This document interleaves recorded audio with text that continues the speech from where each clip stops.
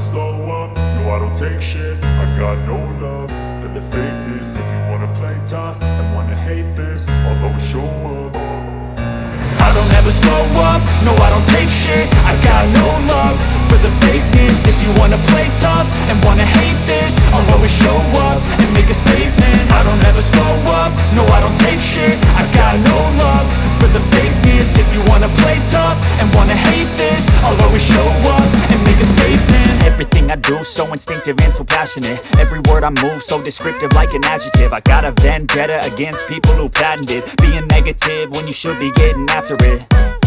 I got facts over tracks, this and that. Spitting slow, spitting fast, I could roast, I could gas. Think I'm okay at last, but I don't know if that can erase all the past. And the pettiness, a reflection of the emptiness. Hilarious, you think you're worth my time, you're delirious. Mysterious, because you hide behind a fake exterior. Inferior, you know I'll always be a bit superior. Get off of me, this ain't no humble brag. I want you to hear words, you can say them back. I want you to feel free from the chains at last, and to believe in what you got, it was built to last, yeah.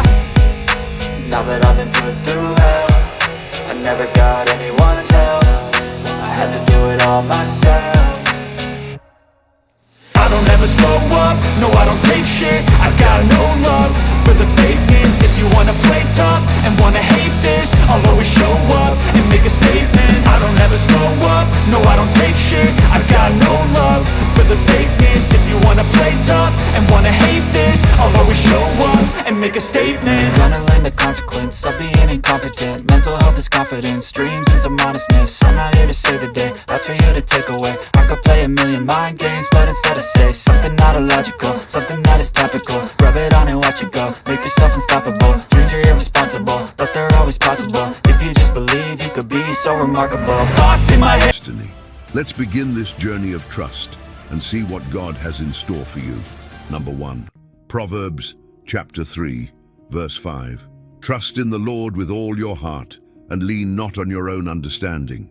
These words from the book of Proverbs carry a timeless truth, a call to surrender the weight of our fears, doubts, and uncertainties into the hands of a God who is steadfast and faithful. But what does it truly mean to trust the Lord with all your heart? And why is it so hard to let go of our own understanding when life demands answers we don't yet have? Imagine standing at the edge of a cliff. Beneath you is a safety net you can't quite see, but you've been told it's there. Everything in you wants to step back, to cling to the ground beneath your feet, yet there's a quiet voice urging you forward. This is the essence of trust, not partial, hesitant trust, but a leap of faith that involves your whole heart. It's believing that even if you cannot see the full picture, God already has it mapped out perfectly. The wisdom in this verse reminds us that our understanding is limited. No matter how intelligent, resourceful, or experienced we are, there are times when life's circumstances surpass our ability to comprehend or control them. Maybe you've faced moments when the doors you were certain would open remained closed. Or perhaps you've experienced the heartbreak of losing something or someone you believed you couldn't live without.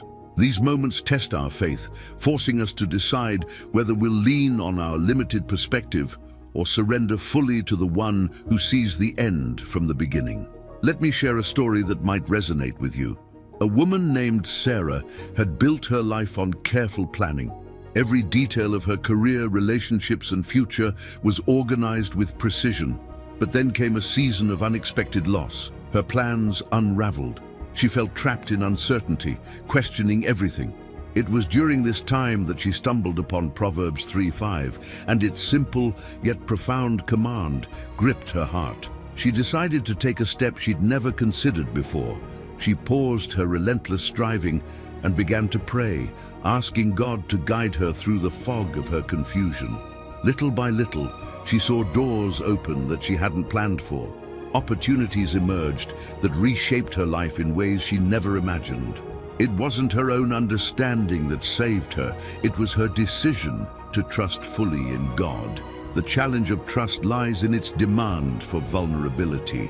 It requires us to release control and to silence the inner voice that insists, "I know what's best." But consider this, God's understanding is infinite. He sees what we cannot see, and his plans are not hindered by the obstacles that appear insurmountable to us. In the Gospel of Matthew, chapter 6, Jesus reminds us that God cares even for the sparrows and clothes the flowers of the field. If he does that, how much more will he care for you? This truth should fill us with confidence and peace. Practically speaking, trusting God with all your heart means inviting him into every part of your life. It's not just about praying when things go wrong. It's about making him the center of your decisions, your dreams, and your daily routines. Take a moment to think about the areas where you've been holding back. Perhaps it's your career, your finances, your relationships, or even your health. Have you tried to carry the weight of these things alone, relying solely on your own strength?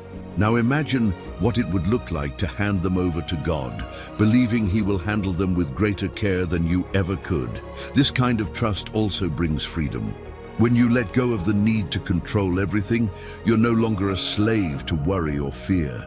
Instead, you become someone who walks confidently, knowing that God's got your back. This doesn't mean life will be free of challenges.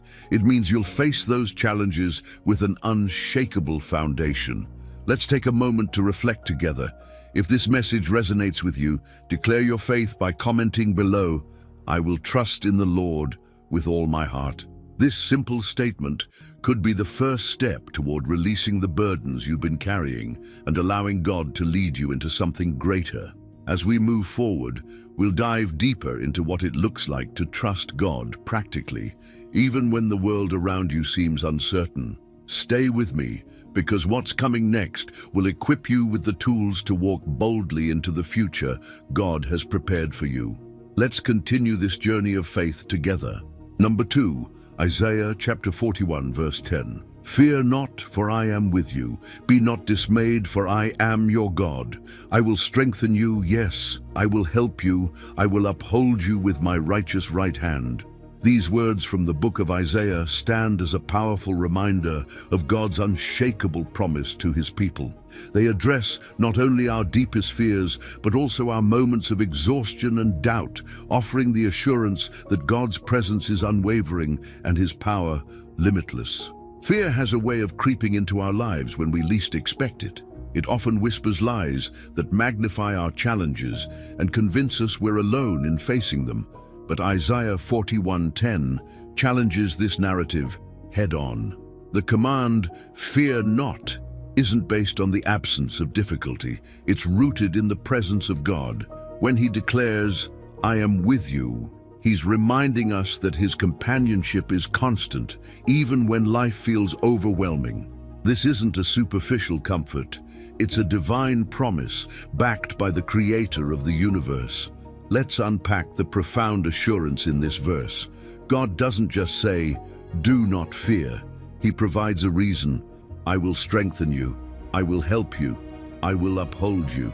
Think about those 3 promises: strength, help, and support. God knows that fear can paralyze us, sap our energy, and make us feel like giving up, but his strength becomes perfect in our weakness. His help becomes evident in our darkest hours. And his support ensures that even when we stumble, we won't fall beyond his reach.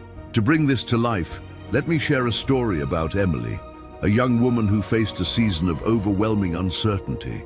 Emily was diagnosed with a serious illness that required months of treatment. Her world seemed to crumble around her, and fear became her constant companion. One day, while sitting in the hospital waiting room, she read Isaiah 41:10 on a card left by a stranger. The words, "I will uphold you," resonated deeply with her.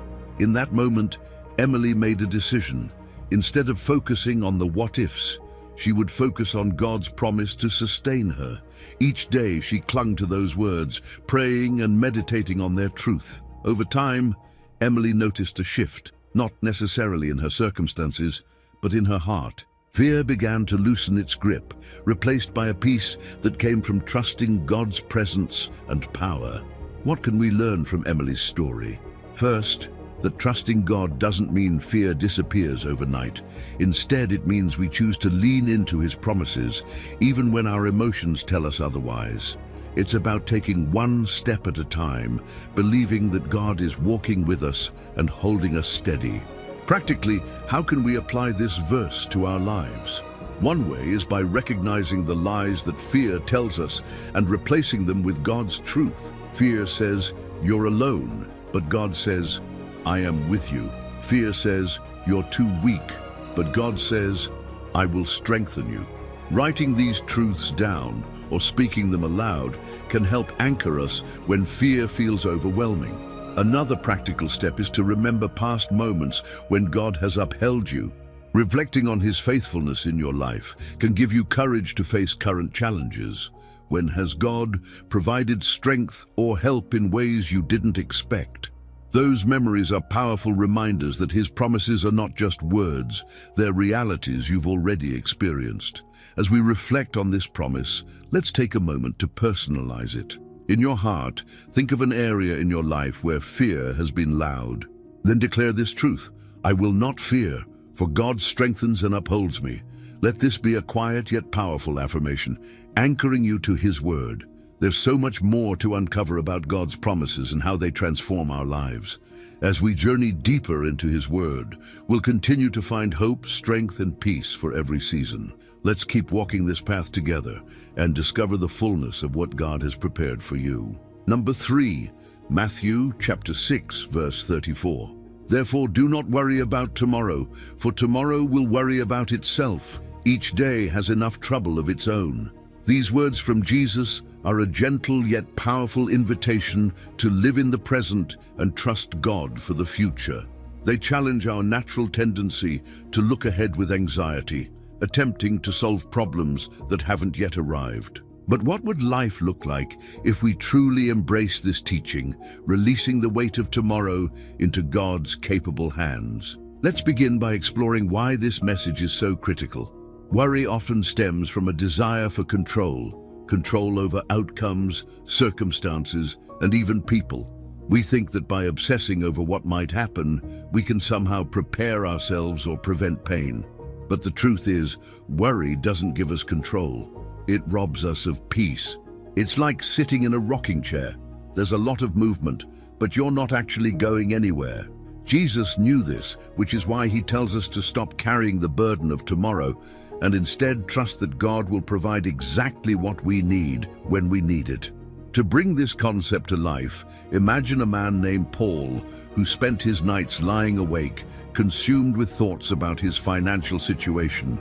Bills were piling up, and he felt like he was drowning in uncertainty. One night, as he flipped through his Bible, he stumbled upon Matthew 6:34. At first, the words felt impossible to obey. How could he not worry about tomorrow when his future seemed so uncertain? But the more Paul meditated on this verse, the more he realized that his worry wasn't solving anything. It was only draining him of the strength he needed to face the day. He began to pray each night, asking God to help him focus on the present and trust Him for the future. Over time, Paul noticed a shift. He still had challenges, but the weight of anxiety lifted as he began to live one day at a time, leaning on God's provision instead of his own understanding. The message of Matthew 6:34 is not about ignoring responsibility or living recklessly. Instead, it's an invitation to release the unnecessary weight of future concerns. Jesus acknowledges that each day has its own challenges, and He's not asking us to pretend those challenges don't exist. What He is asking is that we trust God to meet our needs for today without borrowing trouble from tomorrow. So how do we apply this teaching practically? It starts with a shift in focus. When you find yourself spiraling into what-if scenarios, pause and bring your attention back to the present. Ask yourself, what has God provided for me today? What blessings and opportunities can I be thankful for right now? This simple exercise can help reframe your perspective and ground you in the moment. Another practical step is to create intentional moments of trust throughout your day. Begin each morning with a prayer, surrendering your worries to God and asking for the strength to face whatever comes. Then, as challenges arise, remind yourself of his faithfulness. Trust is not a one-time decision. It's a practice that grows stronger the more we engage with it. Let's consider another story, this time of a woman named Rachel. Rachel had a demanding job that required her to meet tight deadlines and juggle multiple responsibilities. She often found herself overwhelmed, constantly worrying about what needed to be done tomorrow, next week, or even next month. One day, a mentor shared Matthew 6:34 with her, encouraging her to focus on doing her best each day and trusting God for what lay ahead. Rachel took this advice to heart. She started keeping a journal, writing down 3 things she was grateful for at the end of each day. This simple practice helped her see how God was providing for her in the moment, and it gave her the confidence to release her anxiety about the future. Over time, Rachel found herself more at peace, even in the midst of her busy schedule. As you reflect on this teaching, think about your own life. Are there areas where worry about the future has taken root? Maybe it's your career, your relationships, or even the uncertainty of the world around you. What would it look like to let go of those worries and trust God for tomorrow? Take a moment to reflect on this and declare this truth in your heart. I will live in the present, trusting God for my tomorrow. This verse also invites us to consider how living in the present can deepen our relationship with God. When we stop fixating on the future, we create space to notice His presence in our daily lives. We begin to see His hand at work in ways we might have overlooked before, and our faith grows as we experience His provision firsthand. As we move forward, we'll continue exploring how God's promises equip us to face life's challenges with confidence and peace. Each verse we uncover reveals another layer of His faithfulness, reminding us that we are never alone in our journey. Stay with me as we dive deeper into this transformative journey of faith and trust. Number 4, Philippians chapter 4, verse 19. And my God shall supply all your need according to His riches in glory by Christ Jesus. These powerful words from the Apostle Paul carry a message of assurance that echoes across centuries. They remind us that God's provision isn't just sufficient, it's abundant, flowing out of His infinite riches and love. But what does this promise mean for us in practical terms? And how can we trust in it when faced with life's uncertainties? When Paul wrote this verse, he was expressing gratitude to the Philippians for their generosity in supporting his ministry. Yet, his words transcend their immediate context. Paul wasn't promising material wealth or a life free from hardship. Rather, he was declaring that God would meet every need in accordance with His glory, a provision that surpasses human understanding and circumstances. Let's consider the word need. Often, our definition of need is shaped by our desires or the pressures of the world around us. But God's provision is always aligned with what we truly need for our growth, purpose, and fulfillment. This doesn't mean He ignores our physical needs.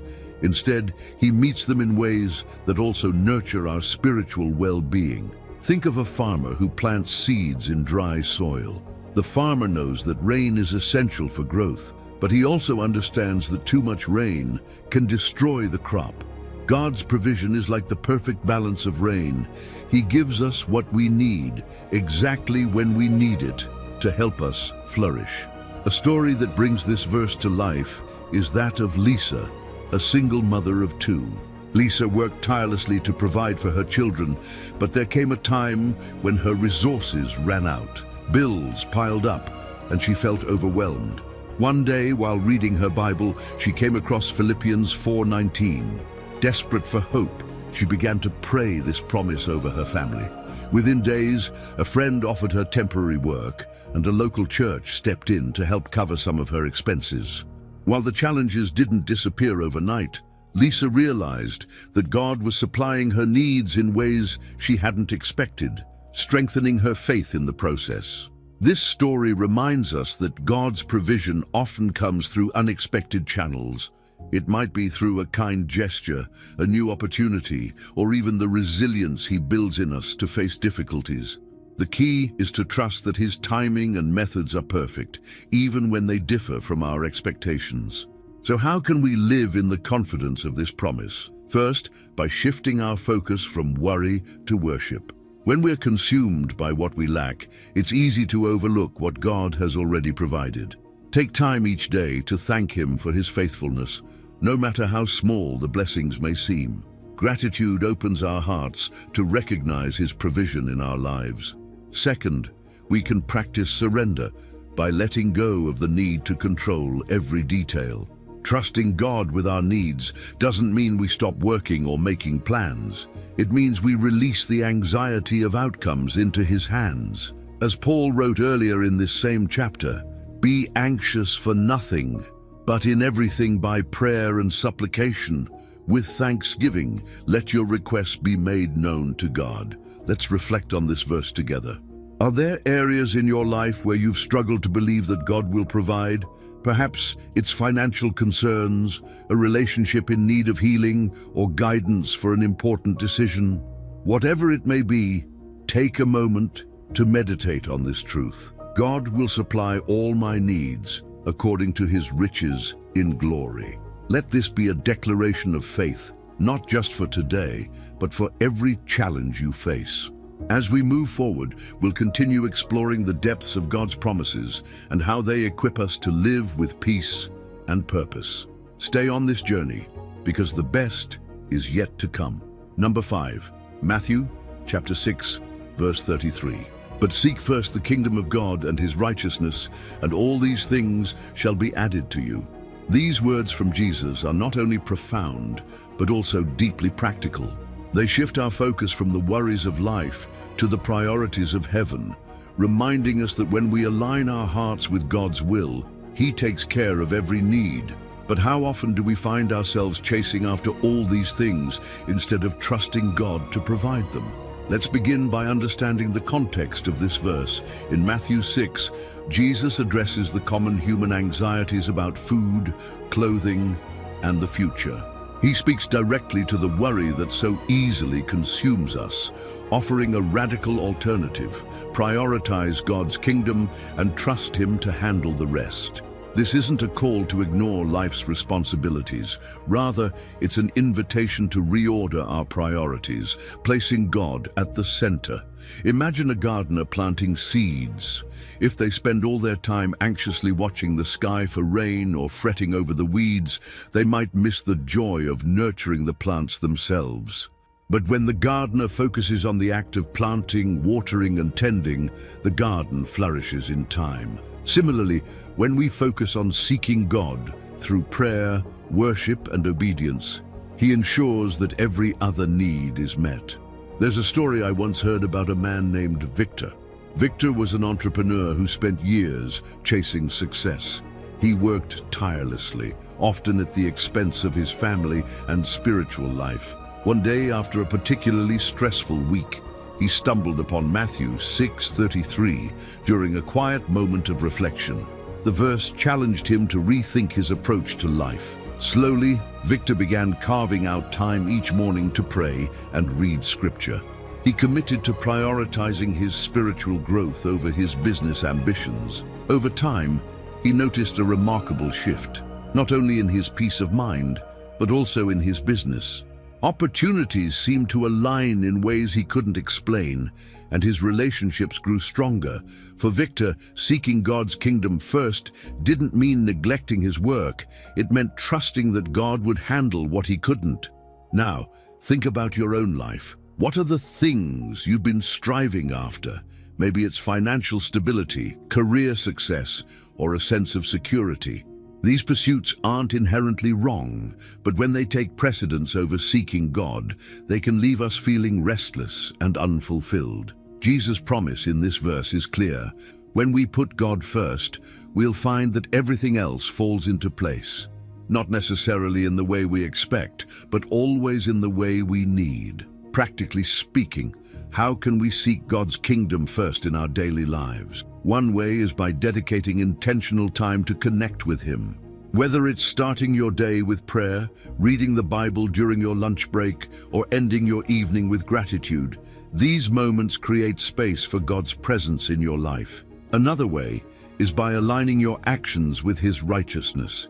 This might mean extending forgiveness where it's difficult, serving others selflessly, or choosing integrity in challenging situations. Before we move forward, I want to invite you to take your spiritual growth to the next level.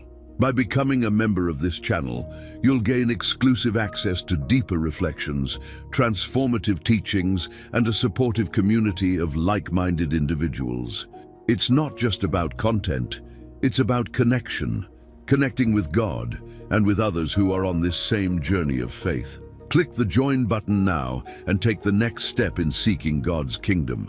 Together, we can grow stronger in our walk with Christ. As we reflect on this verse, I encourage you to pause and ask yourself, what would it look like to truly seek God's kingdom first in your life? What changes might it bring, not just to your circumstances but to your heart? If this resonates with you, reflect on this thought. I choose to seek God's kingdom above all else. Let this be a reminder of your commitment as we continue this journey. In the next part, we'll explore how God's promises equip us with courage to face the unknown, turning even the most uncertain seasons into opportunities for growth. Let's keep moving forward, uncovering the depths of His word together. Number 6, Jeremiah, chapter 29, verse 11. For I know the plans I have for you, declares the Lord. Plans to prosper you and not to harm you. Plans to give you hope and a future. This verse from Jeremiah is one of the most cherished promises in the Bible, offering reassurance and hope in times of uncertainty. But have you ever wondered what it truly means for God to have plans for your life? How does this promise shape the way we face challenges and uncertainties in our daily journey? To understand the depth of this verse, it's essential to consider its context. These words were spoken by God to the Israelites during a time of exile, a period filled with confusion, loss, and despair. Despite their circumstances, God's message to them was clear. He had not abandoned them. Instead, He had a plan that would unfold in His perfect timing, a plan designed not only to restore them, but also to bring them into a future filled with hope. This promise remains as relevant today as it was then. It reminds us that even when life feels chaotic or directionless, God is working behind the scenes. His plans are not haphazard, they are intentional, crafted with love and purpose. But trusting in those plans requires patience and faith, two things that can feel elusive when we're longing for immediate answers. Let me share a story about a young woman named Clara. Clara was passionate about music and had always dreamed of becoming a professional pianist. She poured her heart into her craft, but after several failed auditions, she began to doubt whether her dream was part of God's plan. One day, while attending a church service, she heard a sermon on Jeremiah 29:11.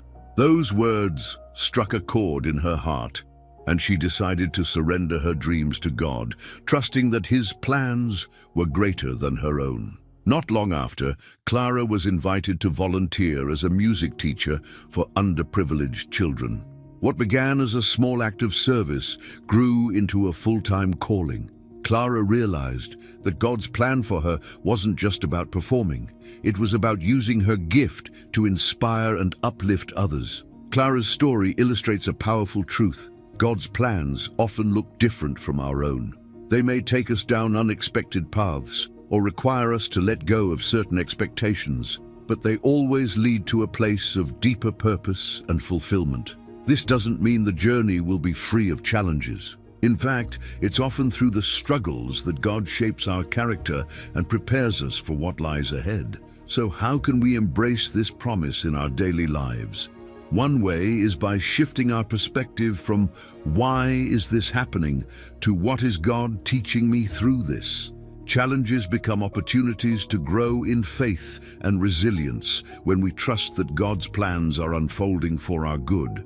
Another way is by actively seeking God's guidance through prayer and scripture. When we spend time in His presence, we align our hearts with His will and gain clarity about the steps we need to take. Remember, trusting in God's plans doesn't mean we sit back and do nothing. It means we move forward with confidence, knowing that He is directing our path. As you reflect on this verse, think about an area in your life where you've been struggling to see the bigger picture. Maybe it's a career decision, a relationship, or a personal goal that feels out of reach. What would it look like to trust that God has a plan for that situation? One designed not to harm you, but to give you hope and a future. Let these words sink into your heart. God's plans for me are good, even when I can't see them yet. They serve as a reminder that His timing and purpose are perfect, even when they don't align with our own expectations. As we continue, we'll delve deeper into the ways God's promises give us strength and direction, especially in seasons of waiting and uncertainty. There's so much more to discover about the richness of His Word and the hope it brings to every step of our journey. Let's keep moving forward, hand in hand with the one who holds our future. Number 7, Romans chapter 8, verse 28. And we know that in all things God works for the good of those who love Him, who have been called according to His purpose. This verse is a cornerstone of faith, offering a profound assurance that no matter what happens in our lives, God is weaving every circumstance into a masterpiece for our good. But how often do we struggle to see the good when life takes unexpected turns? Romans 8:28 invites us to look at life from a divine perspective, one that sees beyond the immediate challenges to the bigger picture of God's purpose. It doesn't promise that everything will be easy or free of pain. Instead, it assures us that God is actively at work, even in the hardest moments, using every thread, whether bright or dark, to create a beautiful tapestry. Imagine the process of crafting a mosaic. The artist takes broken pieces of glass, each seemingly insignificant or flawed on its own, and arranges them into a stunning design. In the same way, God uses the broken pieces of our lives, our failures, setbacks, and struggles, to create something extraordinary. Consider the story of Joseph from the book of Genesis. Joseph's life was filled with adversity, sold into slavery by his brothers, falsely accused and imprisoned for years. Yet through all these trials, God was working behind the scenes to position Joseph for a greater purpose. In the end, Joseph rose to a place of influence in Egypt, saving countless lives during a famine. When he reunited with his brothers, he said these powerful words, "You intended to harm me, but God intended it for good." Genesis 50:20. Joseph's story reminds us that even when we can't see it, God is orchestrating every detail of our lives for His glory and our good. Now think about your own journey. Are there moments that felt like detours or dead ends, perhaps a failed opportunity, a difficult relationship, or a season of waiting? It's easy to focus on the pain or frustration of those moments, but Romans 8:28 challenges us to trust that God is at work in ways we may not yet understand. So how can we embrace this promise in our daily lives? First, by reframing our perspective on challenges. Instead of asking, "Why is this happening to me?" we can ask, "How is God using this for my growth or His purpose?"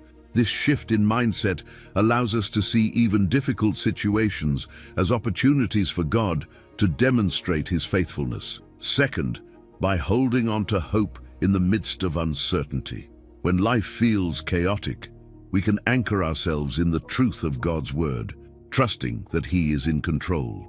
Practical steps like journaling your prayers, recounting past examples of God's faithfulness, or surrounding yourself with a community of believers can help you stay focused on His promises. Let me share a story that illustrates this truth. Maria was an artist who felt stuck in a season of loss. After losing her job and experiencing a painful breakup, she couldn't see how anything good could come from her circumstances. One day, while reading Romans 8:28, she felt a nudge to return to her first love, painting.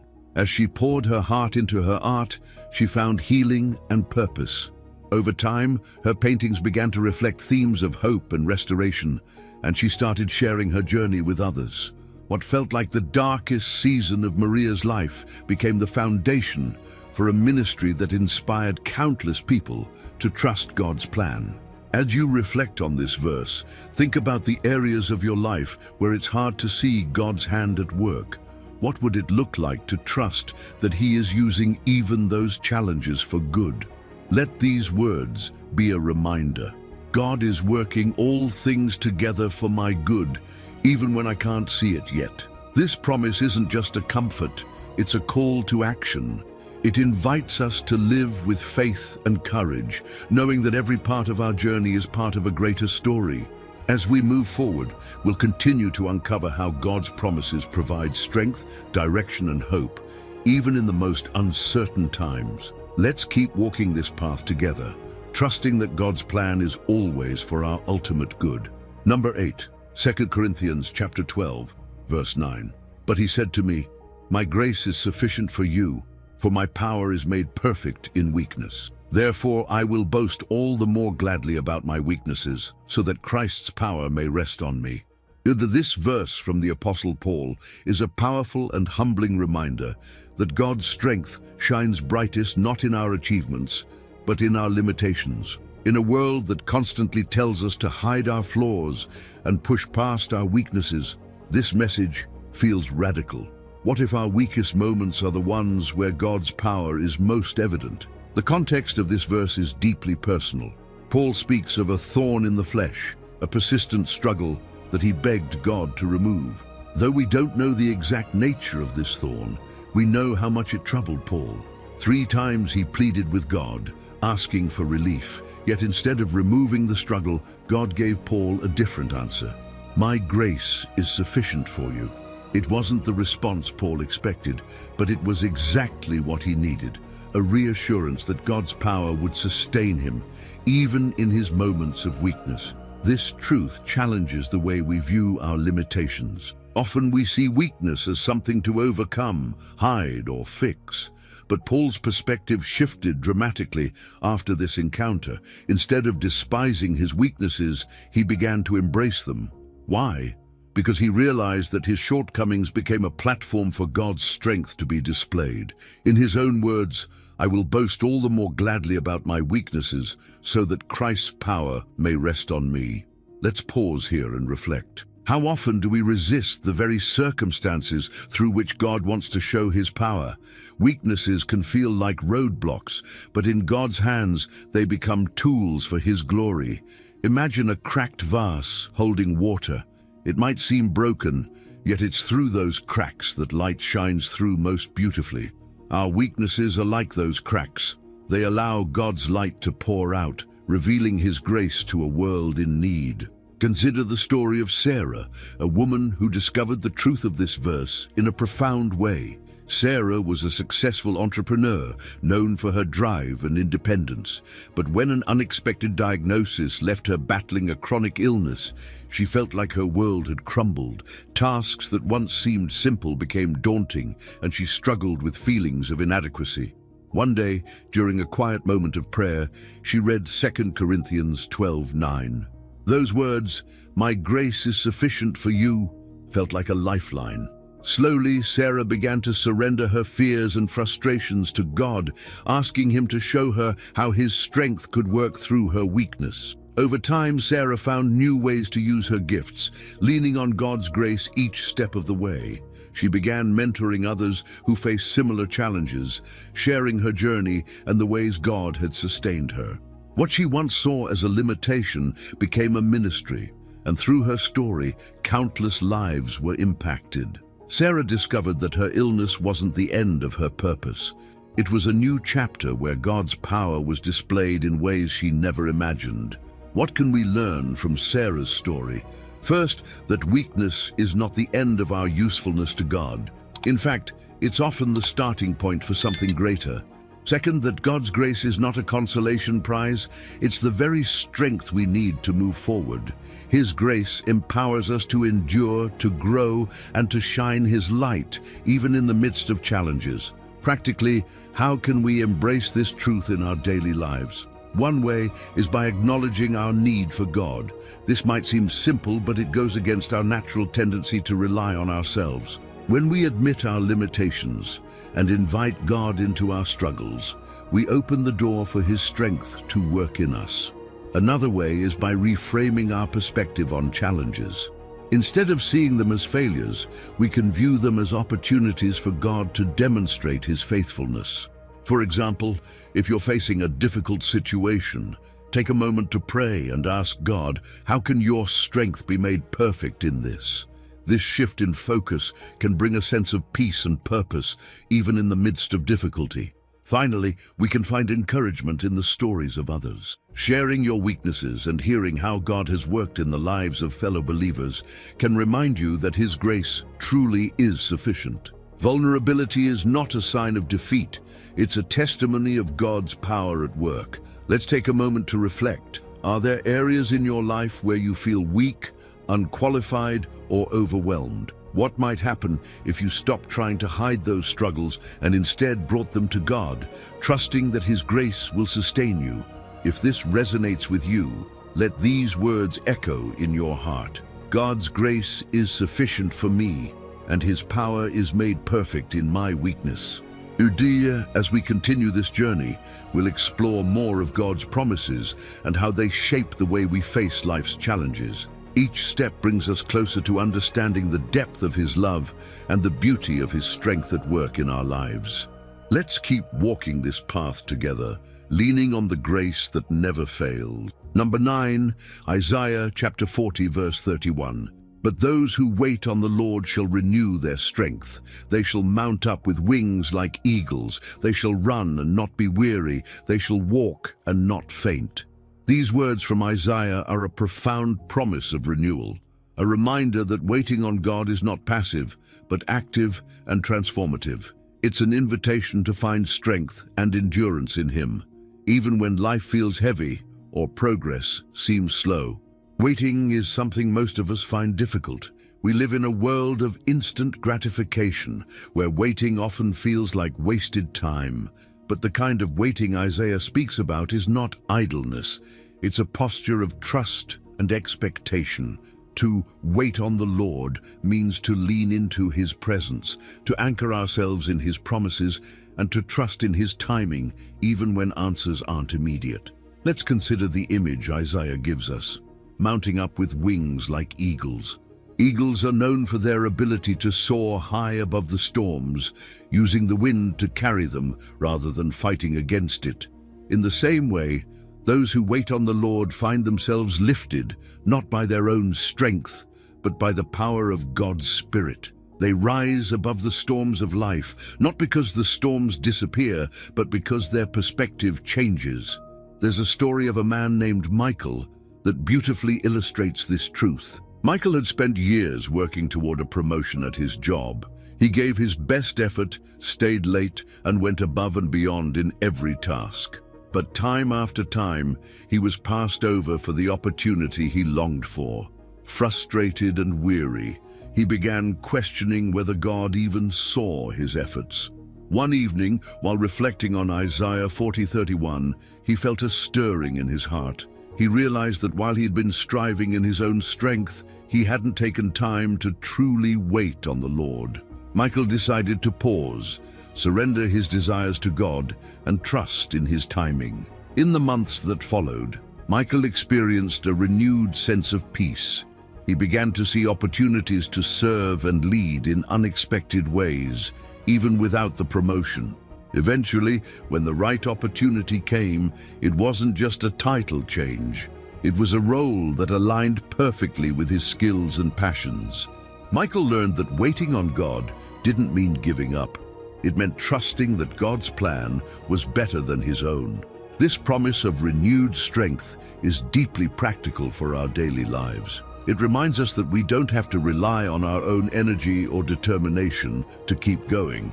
When we wait on God, He equips us with endurance for the long race and perspective for the uphill climb. But how do we live this out? One way is by creating rhythms of rest and reflection in our lives. Waiting on God often requires us to pause, to step back from the busyness of life, and to create space for His voice. This might mean setting aside time each day for prayer, worship, or simply sitting in silence before Him. Another way is by choosing to trust God in the midst of uncertainty. This doesn't mean ignoring the challenges we face, but rather surrendering them to God and believing that He is working even when we can't see it. Trusting in God's timing can be difficult, but it's in those moments of surrender that we experience His peace. Take a moment to think about the areas in your life where you feel weary or impatient. Maybe it's a relationship that feels stagnant, a goal that seems out of reach, or a burden that feels too heavy to carry. What would it look like to wait on the Lord in that situation? How might He renew your strength and give you the endurance to keep moving forward? As you reflect on Isaiah 40:31, let these words become your prayer. Lord, teach me to wait on You. Renew my strength so that I can rise above the challenges I face.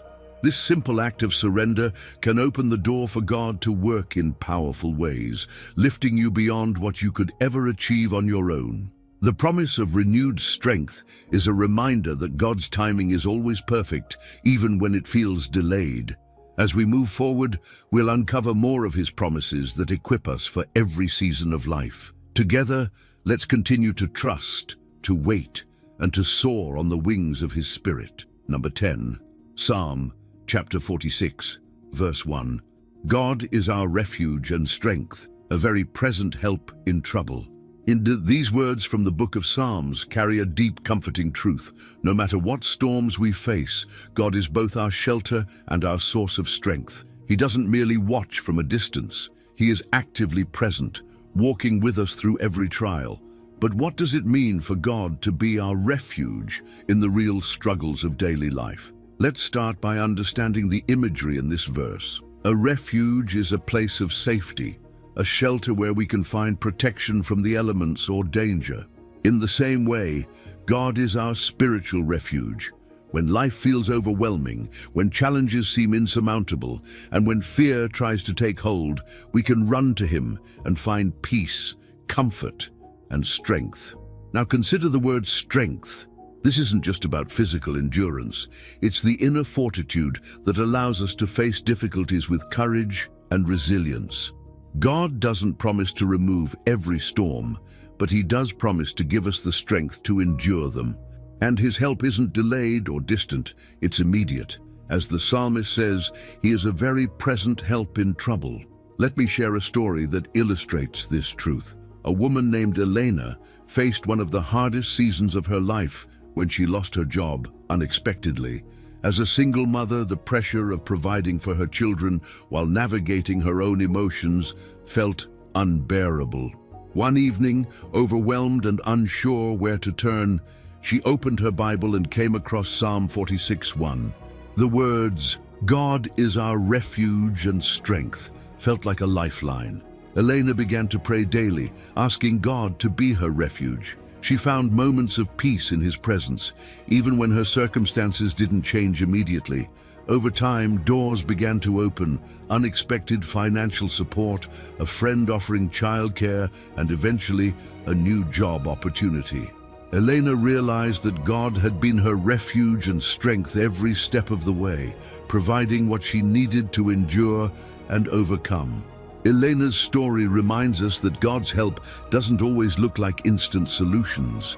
Sometimes it comes in the form of resilience, clarity, or the support of others. But no matter the form, His presence is constant, offering us refuge in the midst of chaos. Practically speaking, how can we experience God as our refuge and strength? One way is through prayer. In moments of trouble, turning to God allows us to release our fears and burdens into His hands. Even a simple prayer, like "Lord, be my refuge," can anchor us in His peace. Another way is by immersing ourselves in His Word. The Bible is filled with promises that remind us of God's faithfulness. When we meditate on verses like Psalm 46:1, they become a source of encouragement and strength in our darkest hours. Now, I want to invite you to take a step deeper in your journey with God. By clicking the Join button, And becoming a member of this channel, you'll gain access to exclusive content designed to strengthen your faith. As a member, you'll be part of a community committed to growing together, discovering the richness of God's Word and applying it to life's challenges. Membership also gives you access to deeper teachings and reflections that can transform the way you experience God's promises. If you're ready to take this step, I encourage you to click the Join button now and become part of this journey. As we continue, reflect on this question. Where do you need God's refuge and strength in your life today? Is it in a relationship, a decision, or a struggle you've been carrying alone? Let Psalm 46:1 be a reminder that God is not only with you, but actively working to sustain and protect you. In the next part, we'll explore how God's promises empower us to face life's uncertainties with unshakable confidence. Together, we'll continue uncovering the depth of His faithfulness and the peace that comes from trusting Him fully. Let's keep walking this path, one promise at a time. Number 11, John chapter 14, verse 27. Peace I leave with you, my peace I give to you. I do not give to you as the world gives. Do not let your hearts be troubled, and do not be afraid. These words from Jesus, spoken to His disciples on the eve of His crucifixion, offer a profound promise of peace that transcends the chaos of the world. But what does it mean to receive peace from Jesus, and how does it differ from the fleeting calm that the world so often offers? As we reflect on this verse, it's important to understand the context. Jesus was preparing His disciples for a time of great uncertainty and loss. He knew that His departure would leave them vulnerable to fear and doubt. Yet, instead of offering them assurances that their circumstances would be easy, He gave them something far greater, His peace. This peace wasn't tied to external circumstances or the absence of trouble. It was rooted in His presence and His promises. Think about the kind of peace the world offers. It's often conditional, dependent on things going well, financial stability, harmonious relationships, or good health. But the moment those things are shaken, the peace disappears. The peace Jesus gives is entirely different. It's unshakable because it comes from Him, not from the changing circumstances of life. It's the kind of peace that allows us to stand firm in the midst of the storm, knowing that He is with us. Let's consider a story that illustrates this promise. A man named Daniel was going through one of the toughest seasons of his life. A sudden layoff left him struggling to provide for his family, and the weight of his worries began to take a toll on his mental and emotional health. One evening, as he prayed for guidance, Daniel felt led to open his Bible to John 14:27. The words felt like a lifeline. Peace I leave with you, my peace I give to you. For the first time in weeks, Daniel felt a sense of calm. He realized that while his circumstances were beyond his control, his response wasn't. Instead of letting fear dictate his actions, he chose to lean into the peace Jesus offered. Over time, Daniel began to notice small provisions, an unexpected freelance opportunity, friends offering help, and moments of joy with his family that reminded him of God's faithfulness. The challenges didn't disappear overnight, but Daniel discovered a peace that carried him through, rooted not in his circumstances, but in the presence of Jesus. This story brings us to a practical question. How can we experience the peace Jesus promises in our daily lives? One way is by cultivating a habit of surrender. Fear and worry often stem from our desire to control outcomes, but peace comes when we release those burdens to God. Through prayer, we can lay our concerns at His feet, trusting that He is working behind the scenes, even when we can't see it. Another way is by meditating on His Word. Verses like John 14:27 remind us of the promises that anchor our faith. When we let Scripture fill our minds and hearts, it shifts our perspective from fear to trust, from anxiety to assurance. Finally, peace grows as we practice gratitude. Even in the midst of challenges, there are always reasons to give thanks. Gratitude shifts our focus from what's wrong to what's right, from scarcity to abundance, and reminds us of God's ongoing provision. As you reflect on this verse, think about the areas of your life where fear or worry have taken hold. What would it look like to exchange that fear for the peace Jesus offers? Imagine carrying his words with you throughout your day. Do not let your heart be troubled, and do not be afraid. This promise of peace is more than a comforting thought. It's an invitation to live differently. It calls us to anchor our hearts in Jesus, to trust his presence, and to find rest in his promises. Let this truth settle in your spirit. Jesus gives me a peace that the world cannot take away. As we continue, we'll uncover more of the promises that equip us to live with hope, courage, and purpose. There's so much more to discover about the abundant life Jesus offers, even in the midst of life's storms. Let's move forward together, one step closer to the fullness of his peace. Number 12, Proverbs chapter 18, verse 10. The name of the Lord is a strong tower. The righteous run to it and are safe. This verse from Proverbs offers a vivid image of security and protection, reminding us that God's name is more than just a title. It's a refuge for those who trust in him. But what does it mean to run to the Lord as our strong tower? And how can this truth shape the way we navigate life's challenges? In ancient times, towers were places of safety during attacks. They were strategically built to provide protection, allowing people to see danger from afar and take refuge within their fortified walls. When Solomon describes the name of the Lord as a strong tower, he's inviting us to recognize that God himself is our ultimate source of safety and strength. No matter the threats or storms we face, we can run to him and find shelter. But running to God isn't always our first instinct, is it? When faced with difficulties, we often turn to our own resources, abilities, or even distractions to cope. Yet, the wisdom in this verse calls us to do something different, to turn to the one whose power and presence can truly protect and sustain us. Let me share a story that brings this idea to life. A man named Ethan was navigating a particularly challenging season. His business was struggling, his health was declining, and the weight of his responsibilities felt unbearable. One day, while reading his Bible, Ethan came across Proverbs 18:10. The imagery of a strong tower resonated deeply with him, and he realized he'd been trying to carry his burdens alone. That evening, he knelt in prayer and asked God to be his refuge. As Ethan began to rely on God's strength instead of his own, he noticed a change. His circumstances didn't improve overnight, but his perspective did. He found peace in knowing that God was his protector, guiding him through each challenge. Over time, new opportunities emerged, his health improved, and he experienced a renewed sense of purpose. Ethan discovered that the safety promised in Proverbs 18:10 wasn't just about escaping trouble, it was about finding peace and strength in God's presence. This story leads us to a practical question. How can we run to God as our strong tower in everyday life? One way is through prayer. Prayer is our direct connection to God, allowing us to bring our fears, burdens, and needs before him. It's in these moments of surrender that we experience his peace and protection. Another way is by declaring the power of his name. Throughout Scripture, God's name represents his character and his promises. When we call on his name in faith, we're reminded of who he is, our provider, healer, protector, and savior.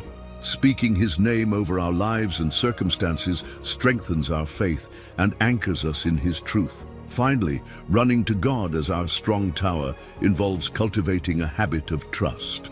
This means choosing to rely on his strength instead of our own, even when it feels counterintuitive. Trust grows as we reflect on his past faithfulness, recognizing the ways he has protected and guided us before. Take a moment to think about the challenges you're facing right now. What would it look like to run to God with those burdens? Imagine yourself finding safety and peace within the walls of his strong tower, knowing that nothing can reach you there without his permission. Let this verse become your declaration. The name of the Lord is my strong tower. I will run to him and be safe. It's a reminder that no matter how overwhelming life may feel, God's presence is always available, offering protection and peace. As we continue this journey through God's promises, we'll uncover even more ways His Word equips us to face life's uncertainties with confidence and courage. Each step brings us closer to the fullness of His strength and the peace that comes from dwelling in His refuge. Let's keep moving forward, trusting in the power of His name to carry us through every storm. Number 13, Philippians chapter 4, verse 6. Be anxious for nothing, but in everything by prayer and supplication, with thanksgiving, let your requests be made known to God. These words from Paul are a direct and practical invitation to exchange worry for peace through the power of prayer. But in a world filled with uncertainty and pressures, how do we truly live out this command to be anxious for nothing? Anxiety is something most of us face at one point or another. It whispers fears about the future, magnifies the challenges we face, and tries to convince us that we're alone in our struggles. But Philippians 4:6 provides a clear roadmap for handling these moments of worry. Bring everything to God in prayer, mix those prayers with thanksgiving, and trust that He hears us. Notice that Paul doesn't say to bring only the big concerns to God. He says, in everything. This means the small worries, the daily stresses, and even the fears we feel embarrassed to admit are all welcomed by God. Nothing is too insignificant for His care, and nothing is too big for His power. Imagine carrying a heavy backpack filled with rocks. Each rock represents a worry, a fear, or a burden. You're exhausted, but instead of putting the backpack down, you cling to it, thinking you have no other option. Philippians 4:6 invites you to take off that backpack and place it at God's feet. Prayer is the act of releasing those burdens, trusting that God is fully capable of carrying them for you. Consider the story of Monica, a young professional overwhelmed by life's demands. Balancing work, family, and her own aspirations felt like an impossible task. Sleepless nights and constant worry became her norm. One evening, during a conversation with a close friend, Monica was reminded of Philippians 4:6. Encouraged by the verse, she decided to write down every worry she had and bring them to God in prayer. For the first time, she paired her prayers with gratitude, thanking God for the blessings in her life, even in the midst of stress. Monica began to notice a shift. While her circumstances didn't change overnight, her heart did. The act of releasing her burdens to God brought a peace she hadn't felt in months. Over time, new solutions and opportunities emerged, but more importantly, Monica learned that peace wasn't tied to her circumstances. It was tied to her trust in God. This story highlights the transformative power of prayer and gratitude. When we bring our requests to God, we're not just seeking answers, we're seeking His presence. And when we pair those prayers with thanksgiving, we're reminded of His past faithfulness, which strengthens our trust in His future provision. Practically, how can we apply Philippians 4:6 to our daily lives? Start by making prayer a consistent habit. This doesn't have to be complicated or time-consuming. It's about creating moments throughout your day to pause, reflect, and bring your concerns to God. Another practical step is cultivating a heart of gratitude. Anxiety often focuses on what's wrong, but thanksgiving shifts our perspective to what's right. Take time each day to list a few things you're thankful for. This simple practice can reframe your mindset and remind you of God's faithfulness. Finally, trust the process. Letting go of anxiety isn't always immediate, but each prayer brings you closer to the peace that God promises. Remember that His peace is not about the absence of problems, but the presence of His Spirit within you, calming your heart and guiding your steps. As you reflect on this verse, think about the worries you've been carrying. What would it look like to lay those burdens before God today? Imagine letting go of the weight and trusting Him to handle what you cannot. Let these words settle in your heart. Through prayer and thanksgiving, I will release my worries to God. As we move forward, we'll continue exploring how God's promises equip us with peace, strength, and confidence for every challenge. Each step brings us deeper into the truth of His Word and the freedom it offers. Let's keep walking this journey together, one promise at a time. Number 14, Psalm chapter 34, verse 18. The Lord is near to the brokenhearted and saves the crushed in spirit. This verse is a beautiful reminder of God's intimate presence in our deepest pain. It speaks directly to those moments when life feels overwhelming, when hope seems distant, and when the weight of sorrow feels too heavy to bear. But how do we experience God's nearness in the middle of heartbreak?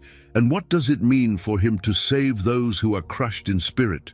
When we think of heartbreak, we often think of loss of a loved one, a dream, or even a sense of purpose.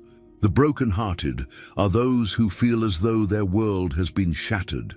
And yet, Psalm 34:18 assures us that in these moments of deepest sorrow, God is not distant or detached.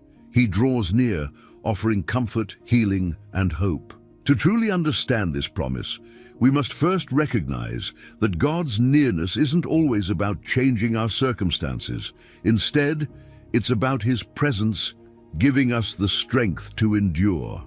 When the psalmist says that the Lord saves the crushed in spirit, he isn't necessarily speaking of immediate deliverance from pain, but of God's ability to restore and renew, even in the darkest valleys. Let me share the story of Anna, a young woman who experienced this promise firsthand. Anna had always dreamed of becoming a nurse, but after years of hard work and dedication, she faced an unexpected setback when she didn't pass her licensing exam. The disappointment crushed her spirit, and she began to doubt her calling. In her despair, she turned to the Psalms, searching for comfort. When she read Psalm 34:18, the words felt like a balm for her wounded heart. Anna began to pray honestly, pouring out her pain to God. She didn't hold back her tears or her questions, but in the process, she began to feel God's nearness. Friends reached out with words of encouragement, and she found strength in worship, even when it felt difficult. Over time, Anna decided to try again, and with God's guidance, she passed her exam on the second attempt. More than that, she realized that her season of heartbreak had deepened her reliance on God and prepared her to offer compassion to others in their struggles. Anna's story is a powerful illustration of how God meets us in our brokenness. He doesn't always remove the pain immediately, but He walks with us through it, using it to shape us and draw us closer to Him. Practically, how can we experience God's nearness when our hearts are broken? One way is through honest prayer. Sometimes we feel the need to mask our pain, even in our conversations with God, but He invites us to bring everything to Him: our grief, anger, doubts, and fears. In doing so, we open the door for His comfort to enter our hearts. Another way is by leaning into community. God often shows His nearness through the support and love of others, whether it's through a trusted friend, a church group, or even a stranger's kindness. These connections remind us that we're not alone.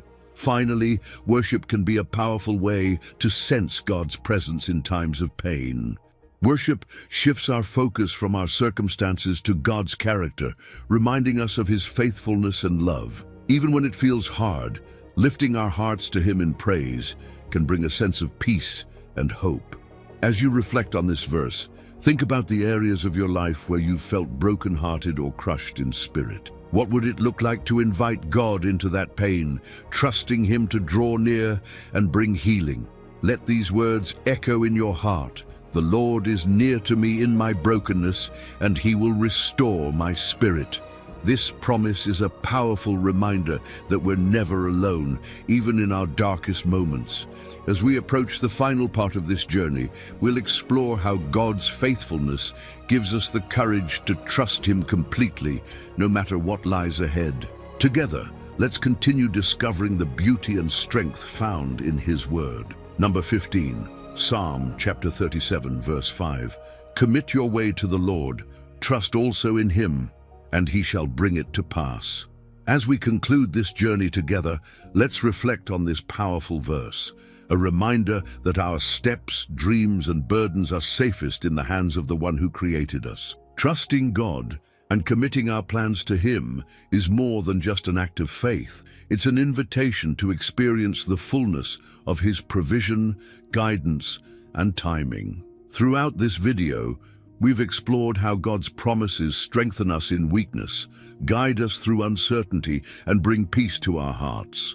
Each verse has reminded us of His unchanging nature and His steadfast love. From finding refuge in His name to discovering the peace that surpasses understanding, we've uncovered the truth that no matter where life takes us, God is faithful to walk with us every step of the way.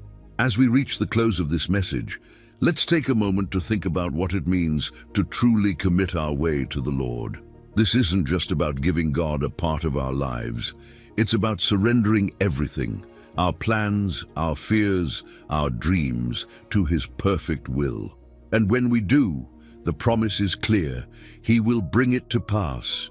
But what does bringing it to pass look like? It doesn't always mean that things will unfold exactly as we expect. Instead, it means that God, in His infinite wisdom, will align our lives with His purpose, working all things together for our good and His glory. Think of a seed planted in the soil. The process of growth is hidden, slow, and often imperceptible. Yet beneath the surface, life is taking shape. In the same way, when we commit our ways to God, we may not always see immediate results, but we can trust that He is at work, shaping something beautiful in His perfect time. Let me share one last story that illustrates this truth. A man named Peter had always dreamed of opening his own business. He planned meticulously, saved diligently, and worked tirelessly. But each time he tried to launch, something seemed to block his path. Frustrated and discouraged, Peter turned to Psalm 37:5 and decided to commit his way to the Lord fully. For the first time, he stopped striving and started praying, asking God to align his plans with His will. In the months that followed, Peter felt prompted to shift his focus. Instead of pursuing his original idea, he began exploring a new avenue that combined his skills with his passion for helping others. The doors opened effortlessly, and Peter's business not only succeeded, but became a source of inspiration and blessing to many. Looking back, he realized that God's plan was far better than his own, and all it required was his willingness to trust and commit fully. This story brings us to a practical challenge. What areas of your life have you been holding on too tightly, trying to control on your own? What would it look like to release those into God's hands, trusting Him to guide and provide? Surrender is not a sign of weakness. It's a step of faith, a declaration that you believe in the goodness and faithfulness of the One who holds your future.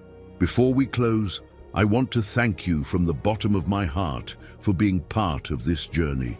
Your presence here is a testament to your desire to grow in faith and to seek God's truth for your life. It's a privilege to walk alongside you as we explore His Word together. If this message has encouraged or inspired you, I invite you to take one simple but impactful step. Subscribe to this channel. By doing so, you're not just staying connected to more messages like this.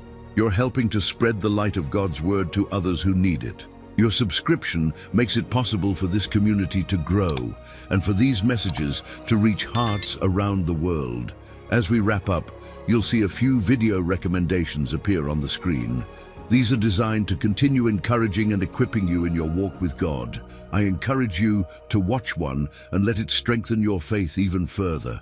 Finally, I'd love for you to leave a comment below as a sign of your commitment to trust God with your plans.